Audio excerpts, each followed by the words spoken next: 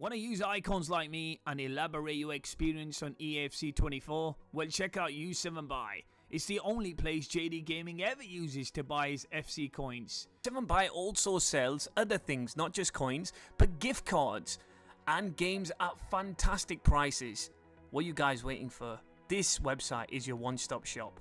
Type in JD for a cheeky 6% off. Link in the description. Ladies and gentlemen, welcome to the video. Today we're going to be looking at Eusebio da Silva Ferreira, the base icon version, 91 rated, 4-star skills, 5-star weak foot, high medium work rate. You know the drill. He's got the 5-star weak foot, so you've got the confidence to shoot on either foot. He's got some phenomenal stats across the board. When you look at his pace, shooting, dribbling, passing, all looks sensational. Even when it comes to physicality, his physicality is really good, especially when you consider how quick he was. And his stamina was unbelievable. I think to myself, of course this card is still usable. Anybody who's 5'9" and got his agility and balance is of course going to be usable. Now, personally speaking, right, I know a lot of people did the Centurion version, the 92 rated, and so therefore don't look at this card with a lot of respect. Can I just say to you guys something? For 500,000 coins, that's all this card costs now. A Eusebio card for 500k. This card is incredible value for money. I don't care which Eusebio is running at me. I don't care what Eusebio I am playing with or against. I am fearful when he is in the box alone. His attack positioning, his finishing is unmatched. Tell me anybody who can move on the ball like Eusebio. Yes, we can have a conversation regarding his finishing not being the same. That's fine. We can talk about that. But when it comes to his pace, brilliant. When it comes to his dribbling, his agility and balance, and that 5-star weak foot with his shot power. Because if you look at his shooting, it's very consistent. From attack positioning, to finishing, to shot power, to long shots, everything. I mean, everything is incredible with this man. Listen. You talk about Pele and you talk about great players. For me, in my opinion, Eusebio is better than Pele when it comes to the striker position, when it comes to finishing. I think he's number one. I still love this card to bits. And you know what? I tell you what, I've used Centurion Eusebio. He's not that much better than this one.